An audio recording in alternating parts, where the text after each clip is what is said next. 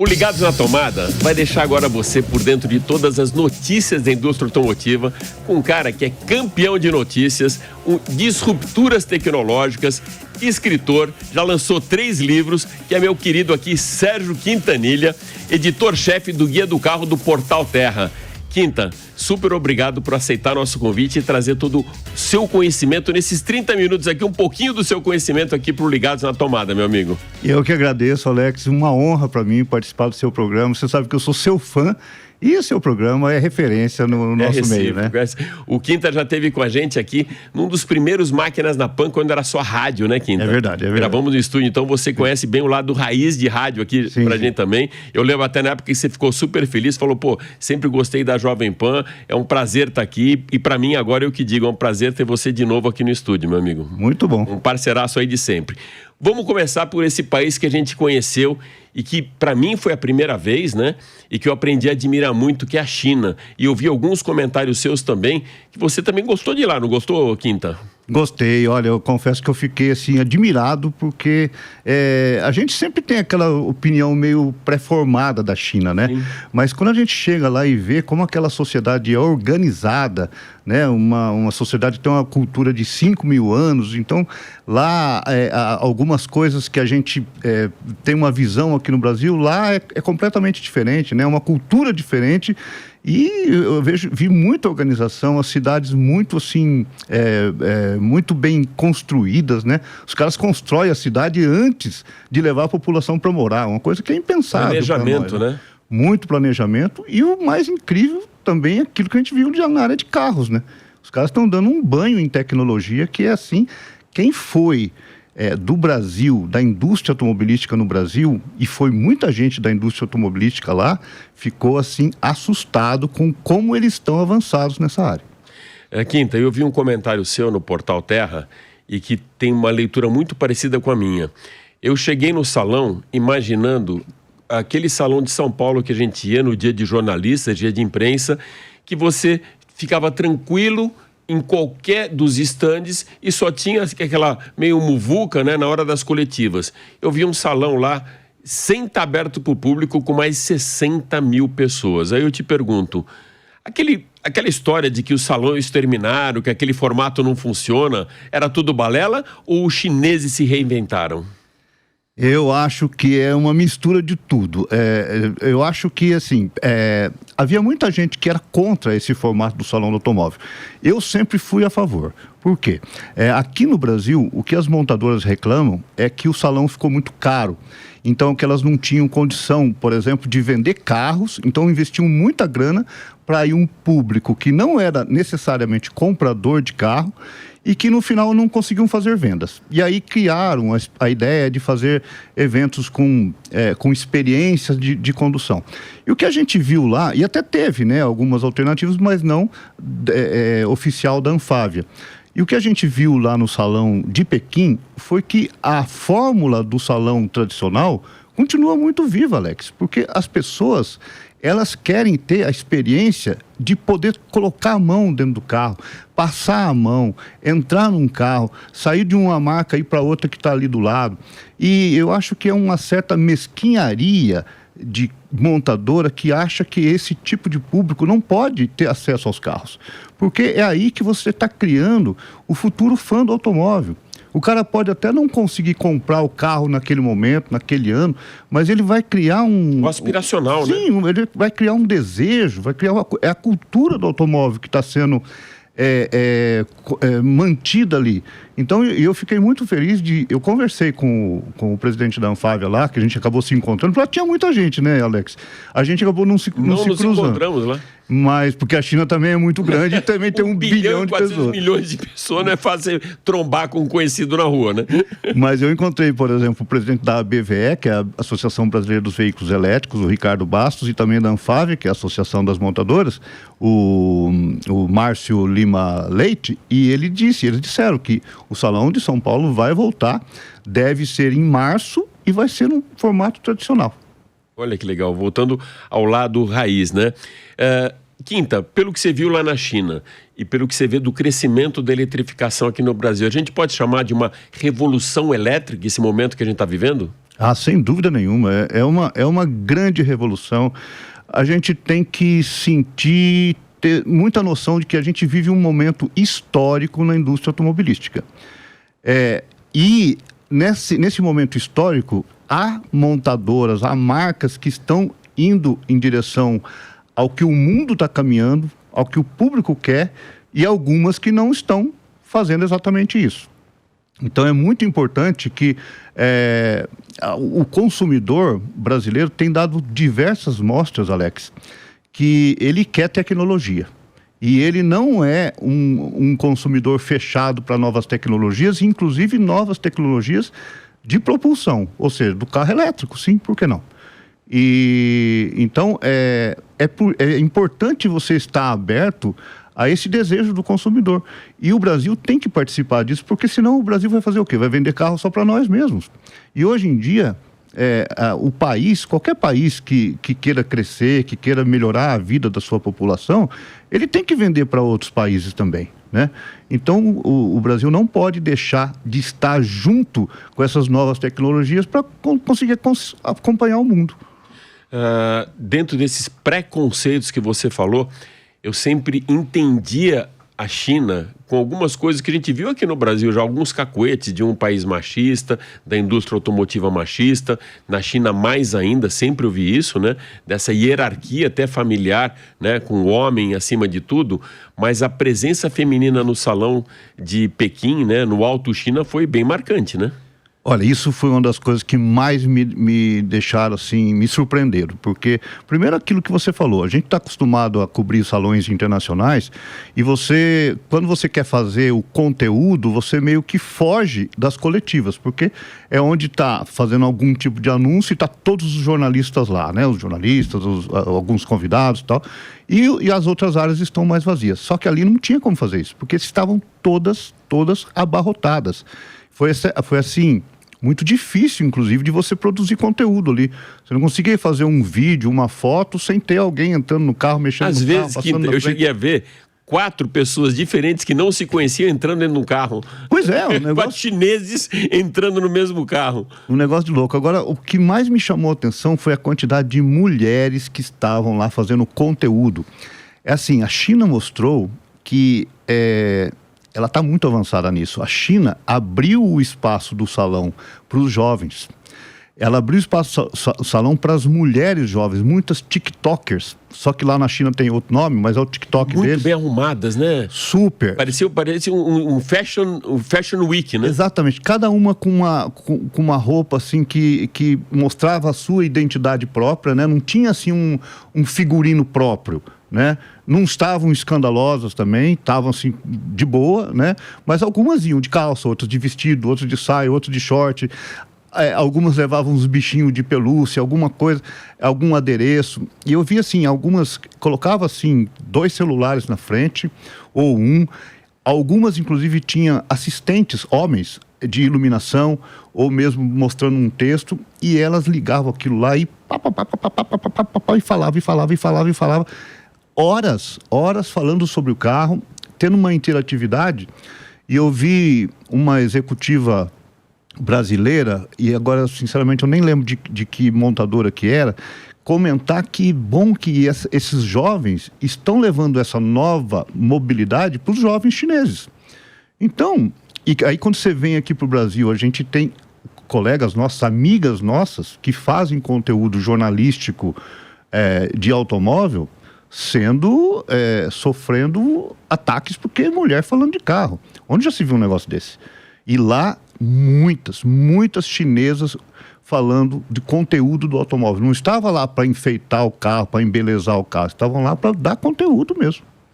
E pouca gente sabe, no nosso meio, muita gente sabe que nós temos aqui ao lado um professor, um doutor, que dá aula em faculdades e que já lançou 3 livros. Agora, a gente vai falar desse mais recente, a gente nunca fala.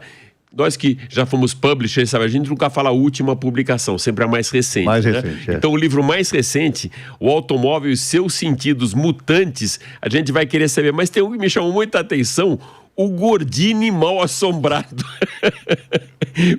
Claro, dá um teaser pra gente. Que história é essa do Gordini Mal Assombrado, Quinta? Ó, esse foi o título do primeiro livro que eu fiz, que era uma... Brilhante, cara. Eu não sei do que se trata, mas é brilhante o nome. Era uma coletânea de histórias. Era assim, o livro, eu fiz esse livro em parceria com a Isabel Reis, né, jornalista também, que a gente fundou junto a revista Carro e a Racing, né, sim. Que você conhece bem. Então, o livro contava os 10 primeiros anos da Motorpress. Os 10 primeiros anos da Motorpress, não, os 10 primeiros anos da revista Carro, né? Que depois foi adquirida pela Motorpress. Só que chegou numa parte do livro que a gente abriu para algumas crônicas ligadas ao automóvel. E tinha um irmão dela que tinha um Gordini. E o Gordini, ele tinha vida própria. Então, eu tinha histórias... Ligava quando queria? Exatamente, ligava quando queria, desligava quando queria. E ficava numa garagem assim, meio escura tal, e lá no bairro do Ipiranga. E aí surgiu a ideia de fazer o Gordini mal assombrado. Porque aquele Gordini realmente, alguma coisa estranha tinha ali. O outro nome mais... categórico, mais tranquilo, Revolução do Jornalista Automotivo. Esse é um livro mais sério. Dos três, é o seu livro mais sério? Você pode dizer assim, não? O mais investigativo, que fala da indústria? Não, o mais investigativo... Mais completo esse agora, esse mais recente. Esse que você falou agora é Revolução no Jornalismo Automotivo. Sim. Ele trata da transição do jornalismo impresso para o jornalismo digital, que a gente que é uma revolução que a gente vive até hoje, né? Porque uma coisa, quando você fazia o jornalismo impresso, você tinha tempo, você tinha um tempo de apuração, você fazia uma foto, você podia trabalhar na foto, você fazia uma reportagem, não tinha que voltar correndo. Então, o ritmo que a gente fazia, o jornalismo, era muito mais, digamos assim, saudável. As pessoas não tinham tanta pressa, né? As pessoas recebiam... o jornal marcava o tempo das pessoas, né? Toda manhã você tem um jornal, toda semana você tem uma revista, ou todo mês você tinha uma revista. Então, era uma coisa mais ritmada. E isso proporcionava textos mais bem elaborados, uma vida até mais saudável, eu diria, né? Só que isso acabou. Isso aí virou cinzas diante de um jornalismo totalmente apressado, que hoje você não apenas faz o conteúdo, você tem que investigar tudo aquilo que está acontecendo para levar para o seu público, mas além de tudo ainda tem que postar no Instagram, no LinkedIn, no Twitter. A briga é pela velocidade da postagem, né? Velocidade da postagem porque o paradigma anterior era conquistar o espaço. Então, você lembra muito bem, você tem um espaço de uma página dupla ou uma capa de um jornal, você conquistava aquele espaço. Hoje não tem espaço para conquistar, você tem que conquistar a atenção. E conquistar a atenção é muito mais difícil, muito mais complexo do que conquistar o espaço, porque o espaço, ele pode até mudar, mas não muda com tanta velocidade. Agora, a atenção das pessoas com tantas coisas acontecendo, né, é mais complicado. Quinta, o automóvel e seus sentidos mutantes. Essa eu acho que o próprio título lhe traz essa mudança, né, que a indústria passou, mas eu queria que você desse aí também um pitaco do livro. Bom, o automóvel e os seus sentidos mutantes é a versão mais simples, digamos assim, da minha tese de doutorado na USP. Eu fiz durante 6 anos esse doutorado com o Eugênio Butti, foi o meu orientador, e vários jornalistas automotivos responderam essas perguntas, e você foi um deles, né? E eu agradeço muito todas as pessoas, porque foi uma investigação não sobre a evolução do automóvel como na parte mecânica, mas sim sobre o sentido dele. Só que foi uma coisa complexa, porque uma tese de doutorado, ainda mais na USP, você tem que trazer algo que ninguém tinha pensado antes. Então, o que a gente fez? Nós pegamos a teoria que baseou esta tese, este livro, de um autor colombiano, chamado Jesus Martim Barbeiro, e ele criou mapas comunicacionais. Então, o que nós fizemos? O mapa dele, pensa assim, norte, sul, leste, oeste, tinha no norte a temporalidade, que é o tempo, no sul a espacialidade, que é o espaço, no oeste a mobilidade, que é tudo que a gente está vendo aí, e no leste os fluxos. E dentro desse mapa de tempo, espaço, mobilidade e fluxos, nós pegamos 4 momentos dos últimos 120 anos. para analisar. Então, 1900, que é pré-Fordismo, 1940, em plena Guerra Mundial, 1980, que é o auge do consumismo, e 2020, que tinha uma pandemia e é um tempo atual. Então, foram 3 separações, são 4 períodos com 3 separações de 40 anos. E aí fomos investigar o que havia de diferente em cada uma dessas épocas, em termos de mobilidade, em termos de tempo, de espacialidade, em termos de fluxo de tempo e espaço, né? E aí, por exemplo, vou te dar um exemplo. Em 1900, por exemplo, ou 1940, o espaço do trabalho era um espaço físico que você conseguia ocupar fisicamente. Mas na pandemia, você ia trabalhar ficando dentro da sua casa. Então você vê como que modificou a ocupação de espaço. Você não precisa mais se locomover fisicamente para ir ocupar um espaço. E tudo isso aí, depois, o que eu fui fazer? Investigar qual o sentido que o automóvel tinha dentro de cada uma dessas coisas. Então foi um negócio muito complexo. E aí o que a gente percebeu? Percebeu que, ok, se você tem 90 milhões de automóveis produzidos a cada ano, você pode ter 90 milhões de significados, porque, digamos assim, se você precisou do carro você tem uma dívida, o carro já é uma coisa ruim para você. Tem um significado ruim naquele momento. Se você, por exemplo, precisou do carro para salvar uma pessoa, correr para o hospital, o carro já tem um significado completamente diferente. Ou é uma conquista que você teve, né, porque você desejou e conseguiu comprar, enfim. Porém, quando você analisa a cultura de cada época, através de reportagens, através de filmes, de músicas, de fotografias, de peças publicitárias, tudo isso aí, capas de revistas, tudo isso aí mostra qual era o significado de cada coisa naquela época. Incrível. Então a gente sentiu que o automóvel foi se modificando ao longo do tempo. E o automóvel que antes ele estava no centro da sociedade, hoje ele ocupa um espaço limitado dentro de um conceito maior, que é de mobilidade. Entendeu? O automóvel, você hoje para se movimentar, você não precisa só do automóvel. Mais funcional, né? Dessas épocas, se eu separar por quadrantes, Quinta, qual foi a mais poética? De 1900 até hoje? Eu acho que foi a primeira. Quando surgiu o automóvel, né? Porque era tudo uma aventura, né? Tudo era um desafio. E é curioso porque quando o automóvel surgiu, ele era um brinquedo de gente rica, né?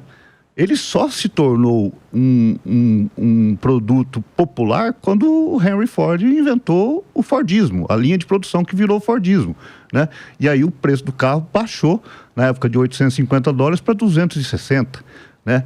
Parece ter brincadeira se falar num preço desse de hoje, né? Mas enfim, atualizar não é brincadeira. Então as pessoas passaram a poder ter um acesso ao automóvel. E hoje, Alex, o que eu sinto também é assim, a indústria precisa entender que se ela não baratear os custos, vai voltar ao pré-Fordismo, porque hoje muita gente não tem mais condição de comprar um carro, né?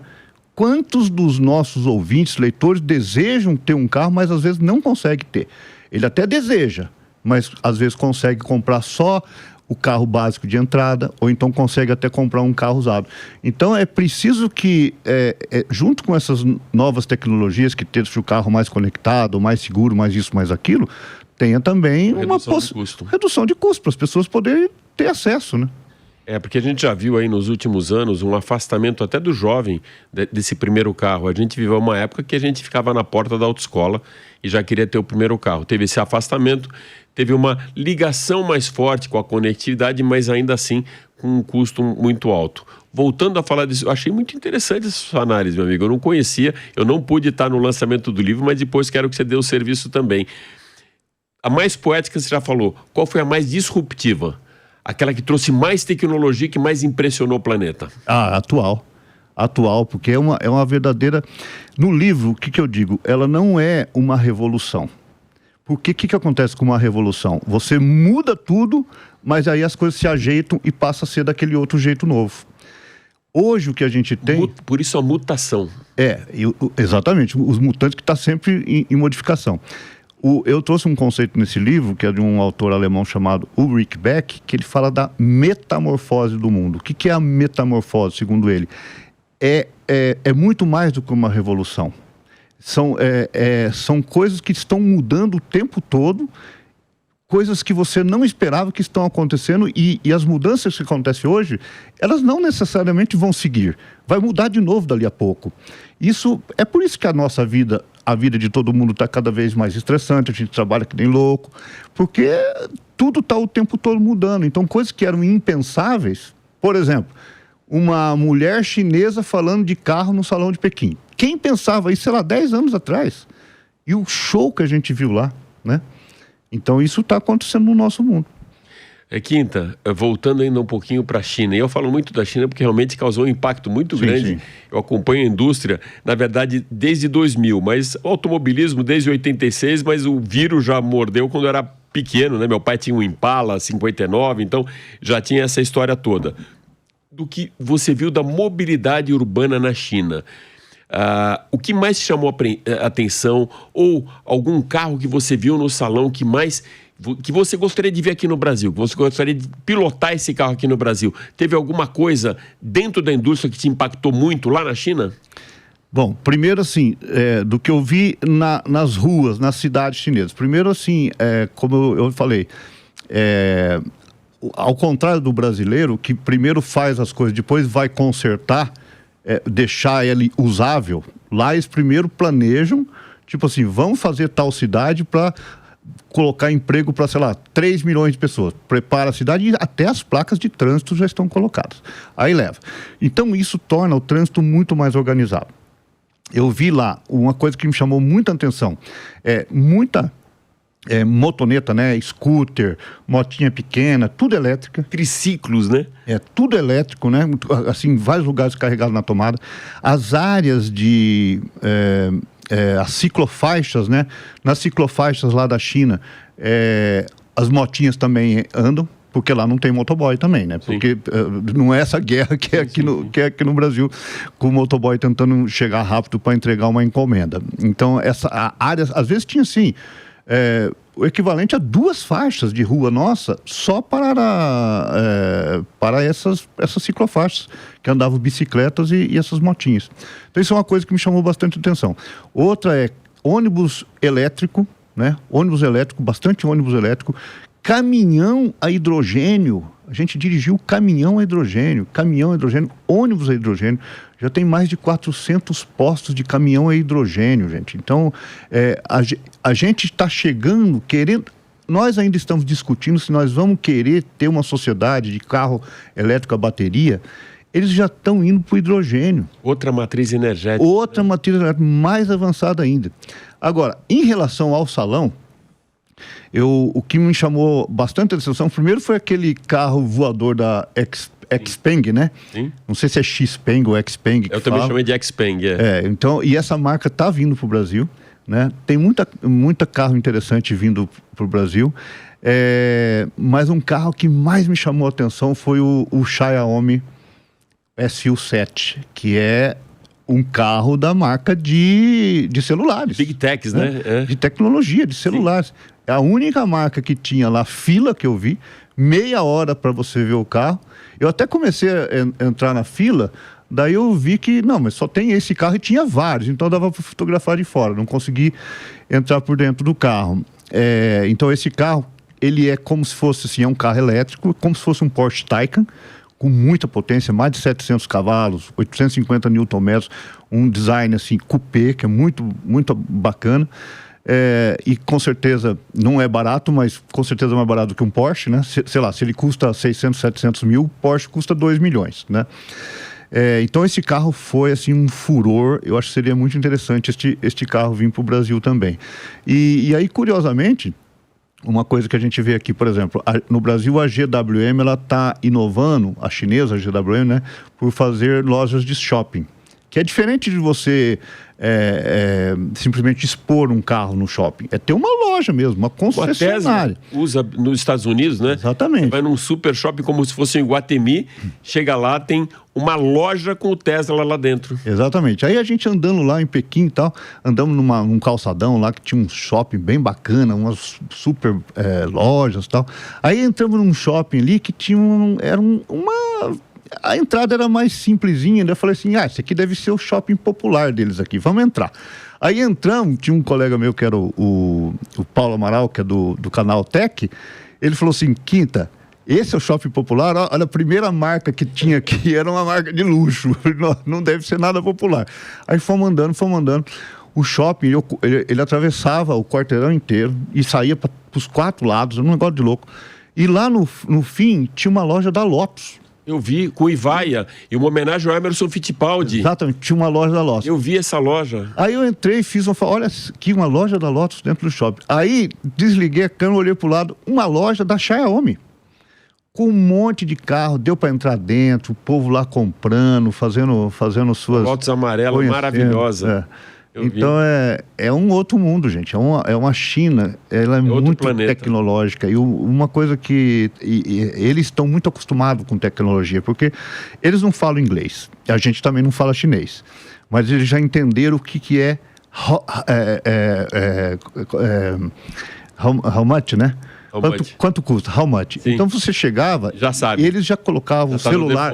Eles colocavam o celular assim no tradutor, já colocavam na sua boca.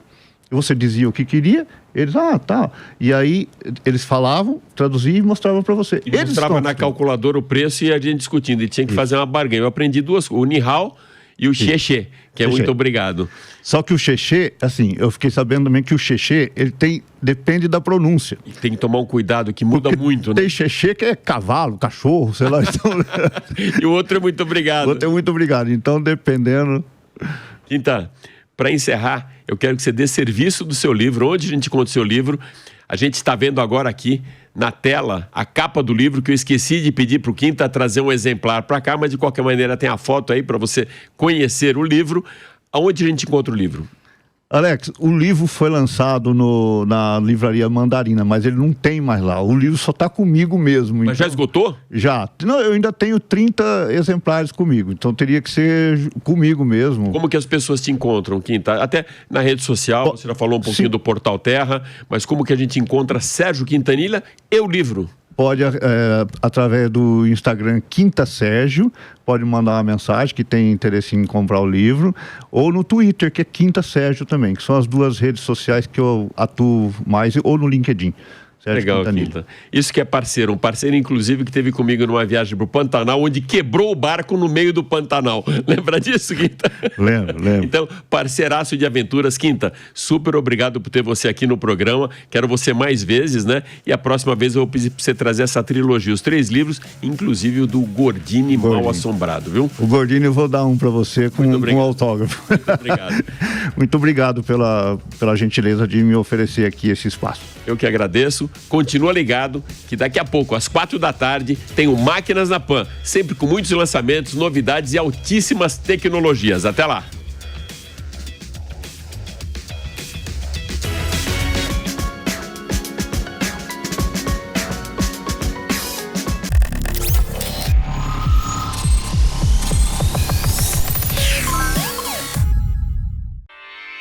Realização Jovem Pan News.